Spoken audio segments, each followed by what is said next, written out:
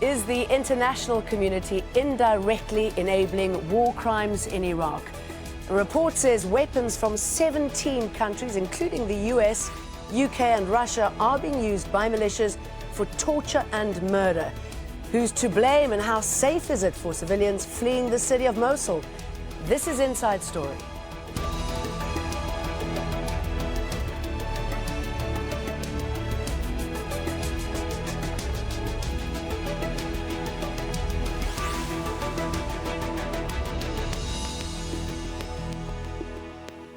Hello, welcome to the program. I'm Jane Dutton.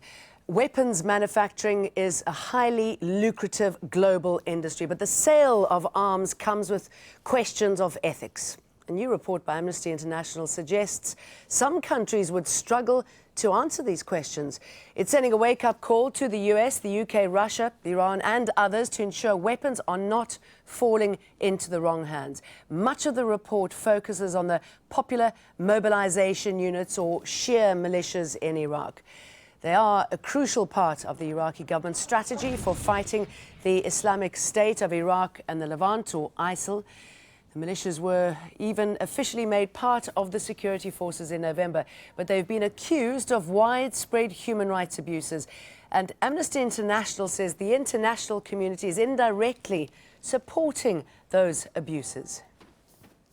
The responsibility lies with both the supplier state and the Iraqi authorities. The supplier state must call on the Iraqi authorities to abide by end-user certificates, and those end-user certificates should prohibit those weapons from being supplied to unregulated militia groups that have long histories of human rights violations.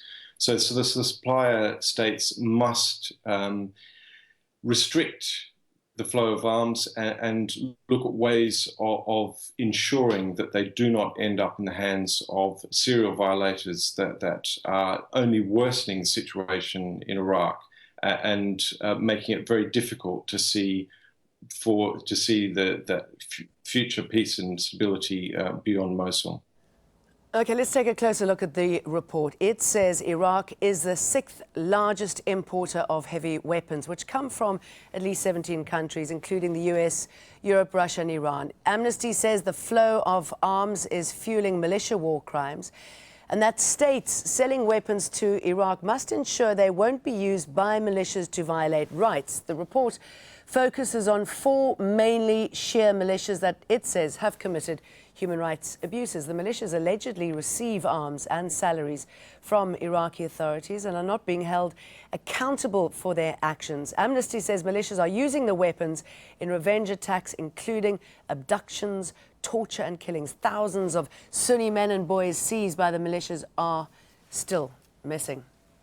Let's bring in our guests to kick off the conversation. Joining me here in Doha is Mahjoob Zweiri, Associate Professor in Contemporary History and Politics of the Middle East at Qatar University.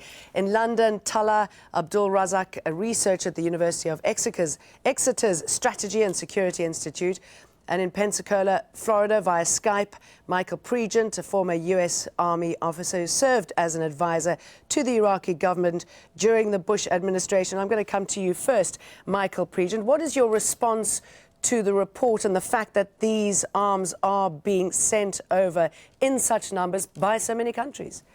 This would be something the US intelligence community would agree with, that US weapons, U.S. supplies, U.S. money is falling into the hands of designated terrorist groups in Iraq. And they're falling into the hands of those Shia militias, 2 of them which are designated terrorist groups, Asab Ahl al-Haq and Kitab Hezbollah. And they're falling into their hands because the weapons are going through Baghdad. And Baghdad is beholden to the Shia political parties, and they're making sure that U.S. weapons and money actually gets to these militias. And I'm assuming that the U.S. must know that this is happening. We know, and we're trying to use the government to stop it. But anybody who knows the Iraqi government, who's worked this issue for the last 10 years, knows that the government is beholden to the Shia political parties. And there's not a lot we can do without putting U.S. forces in Iraq at risk from attacks by these very militias. Mahjoob Zweiri, are you surprised hearing this information? To be honest with you, I'm surprised in the fact that all of these weapons went to Iraq, and the United States and other European countries are aware of this, and they have not stopped it. That is surprising to everyone following the Iraq story. However, if you look at the Iraqi situation post-2003, Iraq has been categorized as a conflict zone, where basically you don't have a stable government, you don't have I would say a unified government. You have no economy, you have no military institution, you have a sectarian government running the country, you have Iranian role who basically try to destabilize the situation in Iraq and benefit from that politically. And you have basically the United States had washed its hand from the situation in Iraq and withdraw their troops under Obama administration. So basically all of this together had helped all of those players to send their weapons. Let's not forget that this militia basically is being, I would say, given a sort of legitimacy by the religious authority Sistani in 2014, and based on his fatwa, basically they were being established. And then they had used the military capability of the government on the name of the government in the time where the military institution has been disabled of doing anything in Iraq since 2015 at least. Yeah, they really filled the role. Absolutely. The only military institution or part of the institution working is actually special forces trained by the Americans, which basically special force to attack those the Islamic State, and basically those forces, 60,000 personnel, they lost most of them in Qatar and Anbar and in Mosul now. And the other part of the military, basically, they are fragmented. They are not really provided with the needed weapon in time. Most of the weapons are out of date. A lot of stories about, I would say, more fragmentation within the institution itself, and also corrupted leaders who are running the institution. So basically, you have an institution which falls apart, basically with the absence of the government of all of that. Well, thank you for bringing us up to date as well. A good little potted history lesson there. And what Mahjoob was saying was, where we are now, Tala, Abdulrazaq, the fact that the country is awash with weapons, aided and abetted by the US, Europe, Iran and Russia. Was this a surprise to you, or is it inevitable? Well, actually, this wasn't a surprise to me at all. I mean, this has been going on for a very, very long time in Iraq. And it's only really come to the forefront of the international news agenda because of the war against ISIS terrorists. This has been happening for a very long time. Shia militias and jihadists, we can even call them, have been using arms that come from the Iraqi army for their own personal agendas and gains. So if we look at, for example, the Badr organization, which is mentioned in the Amnesty International report, since the early noughties, the early 2000s, they've been around and they have infiltrated the army, the federal police, and all sorts of other Iraqi security forces institutions. So obviously, what arms are they going to be using? They're going to be using American-made weapons and equipment, exactly as Michael Pregent was saying earlier. But we have to make a distinction between the American intelligence community and the executive branch of government. So the executive branch of government obviously knows what's going on. They're being informed this by the American intelligence community, but they're choosing to ignore it. So especially the Barack Obama administration, they have a lot of culpability for a lot of the war crimes that are going on, in addition to the fact that the Iraqi government itself, now that they have formalized and legalized the Hashd al-Sha'bi, or the Popular Mobilisation Forces, they are also culpable for the war crimes that they commit within the military chain of command. Michael, do you agree with that? Are they culpable? Are they complicit if they know that these arms are going to those militia groups who are conducting these extraordinary abuses? You also said to me that the US is trying to stop this from happening. If they want to stop it, why don't they just stop sending the weapons? They're trying to address the Iraqi government. They're not necessarily trying to stop it, because stopping it would put our troops at risk, because like Tallha said, excuse me, the militias not only are in the Hashd al-Sha'bi, the militias are in the Iraqi security forces. The militias are in the federal police. The MOI is a Badr Corps run organization. The Iraqi military being used in the Mosul offensive is predominantly a Shia force.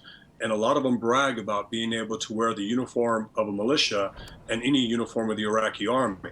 So this is a difficult situation. It's something that we warned about in 2014. We said we shouldn't become the Air Force for Iran's proxies in Iraq. We did that. Then we legitimized the PMUs, the Hashd al-Shabi. We had Secretary Kerry, Brett McGurk, even President Obama praising the role of the Hashd al-Shabi in the Tikrit offensive, going back to 2014.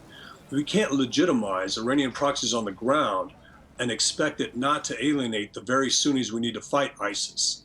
What we're doing, we're making these sacrifices for a temporary gain, which will result in a long-term effect in Iraq, in that you have a disenfranchised Sunni population in Iraq, distrustful of Baghdad, distrustful of Iran, and more distrustful of the United States and the West than we've ever had.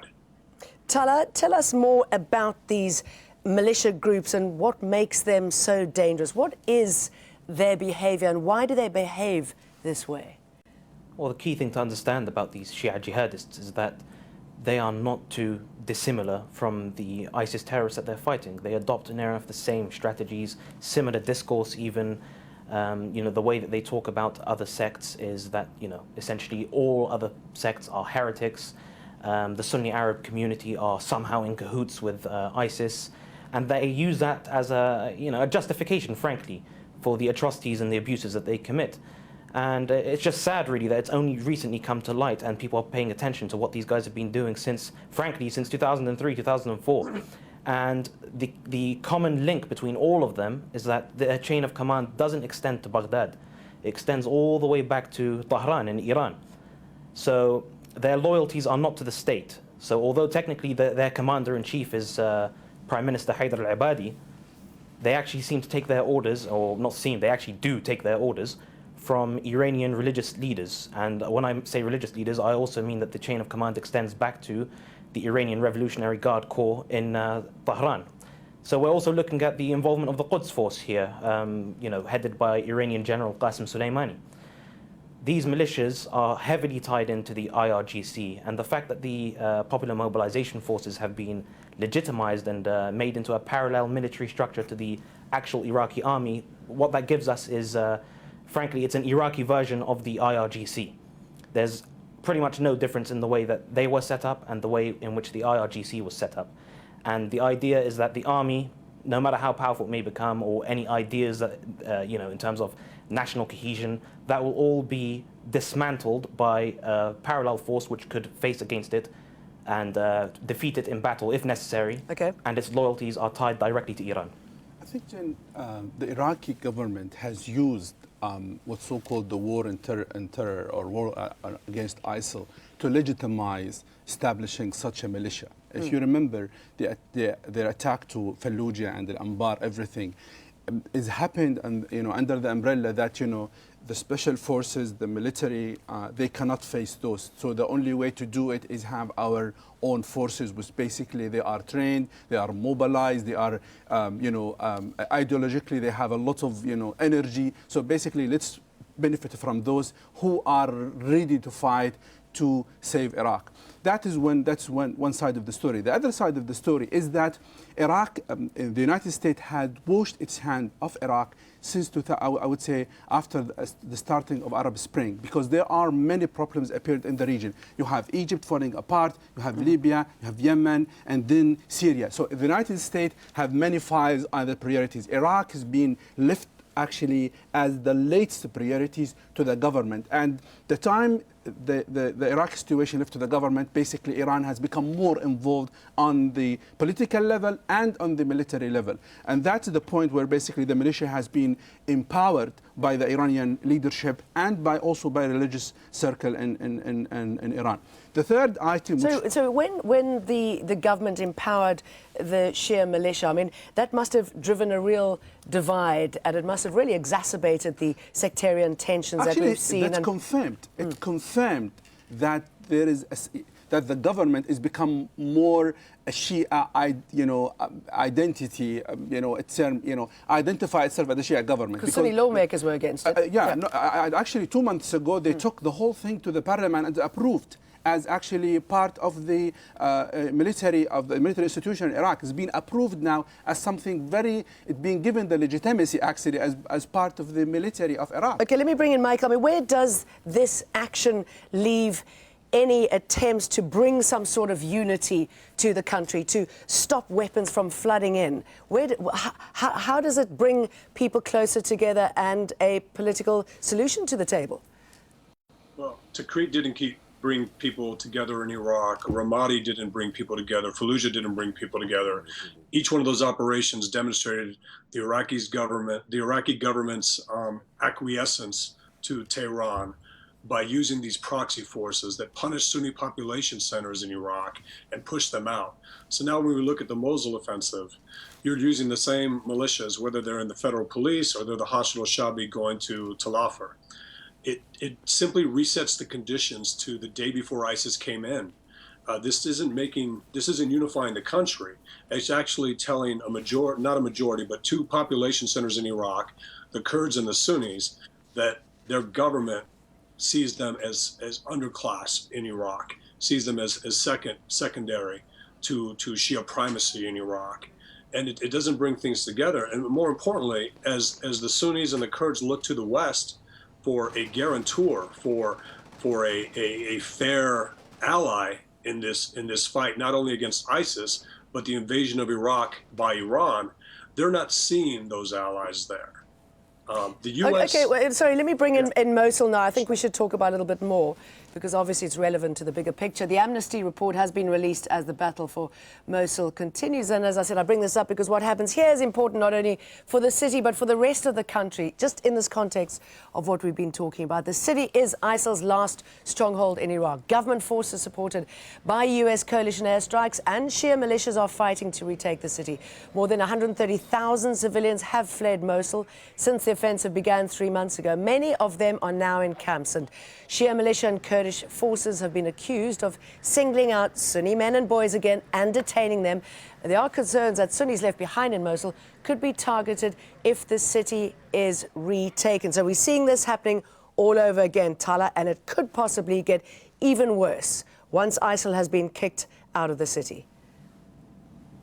Well, if we look at the fundamentals of what brought ISIS to the fore, I mean, let's not forget, while the parliament was busy legitimizing the Popular Mobilisation Forces and the Shia militias and incorporating them into the Iraqi military and state structure, they haven't addressed the fundamental laws that were being used to discriminate primarily against the Sunni Arab population. So we look at the Article 4 of the anti-terror law that was used to discriminate against predominantly Sunni Arabs. Now, they're being accused of acts of terrorism or aiding and abetting terrorism, all of which carry a capital sentence in Iraq. And you have thousands of these political prisoners and prisoners of conscience and other people who are targeted purely for their sectarian identity. They're on death row, many have been executed, and that hasn't been addressed at all. And in fact, when Iraqis peacefully demonstrated across 6 provinces, throughout 2012 and 2013, before ISIS came onto the scene, the government's response under Prime Minister Noureddin Maliki at the time was to crack down on these people, peaceful protesters, and kill them, thereby opening the door to ISIS. And what we see today in Mosul is, it's not exactly the same, but one can draw lessons from 2008 when predominantly Sunni Arab tribal forces defeated Al-Qaeda. And rather than them being praised as kind of, those who helped defeat terrorism in the country, yeah, exactly, they were killed afterwards. They were imprisoned, they were discriminated against, they were marginalized. And this will happen again because the root issues have not been addressed or dealt with. Okay, and Michael, so here we are. We're facing this situation now. We have this knowledge from the report of the countries involved in sending weapons and aiding and abetting this war. What should be done now if we know that this is happening? How can they be held accountable? Well, let's take the Mosul offensive. What can be done now? One of the good things about the beginnings of the Mosul offensive is that Sunnis were giving valuable intelligence to U.S.-backed forces on the ground, which led to targeting of ISIS positions. That stopped as soon as the Shia militias were introduced. The ISAF, the Special Operations Forces in Iraq, as good as they are, were not built to take back Mosul. They're built to take down a building where a terrorist is in the building. So what we can do now is slow it down, make it an intelligence-backed operation where Sunnis in Mosul, because there's still 1.1 million Sunnis in Mosul, make them your eyes and ears. Okay. Give them the opportunity to give you intelligence so you can defeat ISIS and build a Sunni force that no one has built in the last 2.5 years. Put them back in uniform. Put them in the 2nd Iraqi Army Division that fell in Mosul. I served as an advisor with the 2nd Iraqi Army Division in Mosul from 2005 to 2006. It was a predominantly Sunni force, and it had a Peshmerga element to it, and it was very effective. So it's what everyone's been calling for, an all-inclusive army, military, an all-inclusive government. Obviously, we're very far away from that. But these players, Mahjoob, that are helping by providing weapons, whether it's to some of the Sunni groups as well, what should be done? How should they be held accountable? Is it something that should go to the UN? I think two things should be done. One is, instead of putting offer to send weapons, why didn't put effort to fix the political process in Iraq instead of, because the key issue here is to fix the political process, is to stop the sectarianism phenomena in Iraq and to try to bring Iraqis together regardless their sectarian identity. That is the important fact. I mean, those governments, instead of selling weapons to let Iraqis kill Iraqis, they have to train them, to work with them, to come together and fix because it is a political matter. It's a political situation. If you don't fix it, all of these things will come after that. The second element is actually, I think, is they should be effort to take the whole issue to the United Nations. They should delegitimize. They should consider those people are really, this is a war of crimes against those who civilians, because there is a serious concern about 1.1 Iraqis in Mosul. There is a lot of concern about what's going to happen if the international community does not intervene in the right time to stop what may happen in Mosul. And I think that is a serious. I mean, this report has shed more light on the issue, but action should be done today rather than tomorrow. What action, Tala, do you think should be taken? Should these countries involved, the players on the ground, face war crimes? And would that prompt, provoke, or even initiate a political solution? Well, I think the solution actually involves three different facets. So you have obviously the military solution, which is what they're trying to work on now. But that sadly is missing a domestic political solution and also an international relations political solution. What I mean by that is that domestically, as Dr. Zweiri was saying, was that there needs to be a political reconciliation. So far, the guys in the green zone who are running the country don't represent the population of Iraq. And I mean that not just for the Sunnis, I also mean it for the Shia, who themselves stormed the parliament just 4 or 5 months back and ransacked it. You also have to look at the international aspect. Who are the key players who are pulling the strings? So you can discuss these issues with Baghdad as much as you like, but unless Iran's influence is cut off, the same things are going to happen over and over. And until the perpetrators of these war crimes are held to account and placed on trial and justice is served upon them, then these problems are going to persist, because the communities that are being affected will just simply look upon this and say, you know what, violence works. Yeah, violence begets violence, doesn't it? And it seems, if this is not stopped, Michael, that Iran seems to be looking to be the winner here at the moment. Well, look at what these Shia militia leaders have to gain in the 2018 elections. You have Qais Khazali, very popular. Al-Muhandis, the leader of Kataib Hezbollah, who is the deputy commander of the Hashd al-Shabi. He's very popular. You have Hadi al-Amiri, who's very popular. So Iran stands to gain big in 2018 when these militia leaders actually win big in these elections. Their political parties that are associated with these militias win big. So Iran's influence in Iraq is as important as the war against ISIS. You can't defeat ISIS and allow Iran to take it over. It just promotes a future ISIS, and ISIS will come back, 2.0. Let's leave it there. Michael, sure. Pregent with those final words. Tala, Abdul, Razak, and with me in Doha, Mahjoob, Zweiri. Gentlemen, thank you very much. And thank you too for watching. You can see the program again anytime by visiting our website, aljazeera.com. For further discussion, go to our Facebook page. That's facebook.com/AJ Inside Story. You can also join the conversation on Twitter. Our handle is @AJ Inside Story. For me, Jane Dutton, the rest of the team, thanks for watching.